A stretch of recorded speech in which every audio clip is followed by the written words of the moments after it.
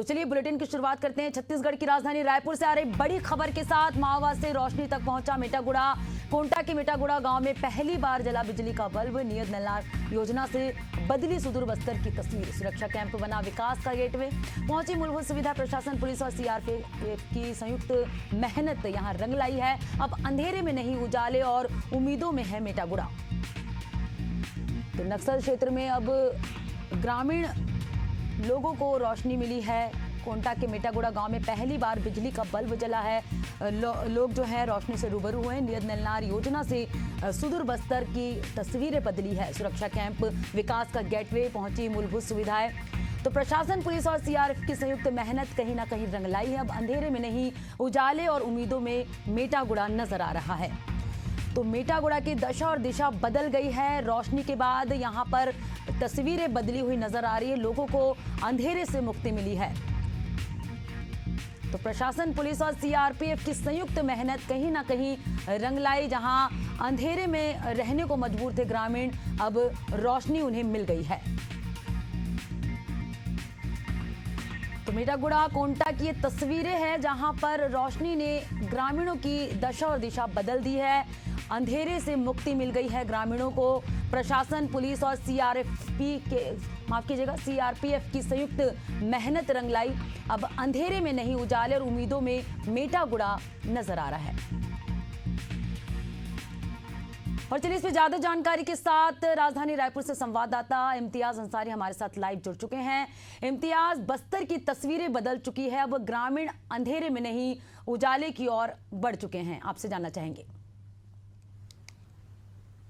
देखिए, बिल्कुल जिस तरीके से राज्य सरकार का एक सपना था कि हम उन इलाकों में भी रोड, बिजली और सभी सुविधाएं पहुंचाएं, अब ये इस कड़ी में एक सराहनीय कार्य है कि अब कोंटा के जैसे इलाकों में, कोंटा सुकमा के जैसे इलाकों में अगर बिजली पहुंच गई तो आप समझिए कि किस तरीके से काम हो रहा है। और यहाँ जो है पुलिस प्रशासन और जो सीआरपीएफ के जवान की मेहनत रंग लाई है, क्योंकि ऐसे इलाकों में बिजली पहुंचाना, बिजली के खंभे लगाना ये बहुत मुश्किल होता है। क्योंकि आए दिन ऐसा सुनने को मिलता है कि जिस तरीके से लगातार नक्सली जो है इन चीजों में काम करने को लेकर बाधित करते हैं, लेकिन जिस तरीके से ये रंग लाई है, अब जो है माओवाद नहीं, बिजली की रोशनी से ये क्षेत्र जगमगाएगा। और जिस तरीके कोंटा का मेटागुड़ा जो जगह है जहां अब रोशनी पहुंच चुकी है, अब वहां के बच्चे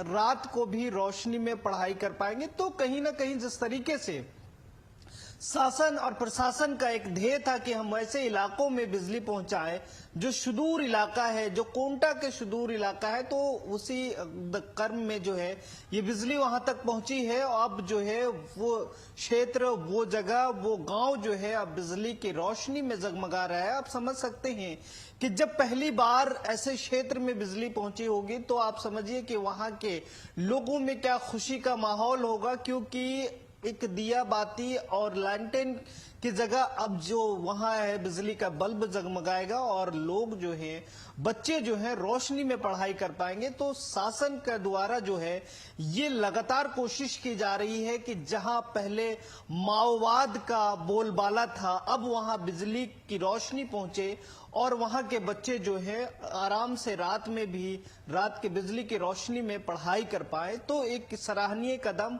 और शासन का और मोदी सरकार के सहित विष्णुदेव सरकार का एक जो जिस तरीके से गांव तक बिजली पहुंचाने की कवायद चल रही थी, तो एक ये भी पूरा हो गया है।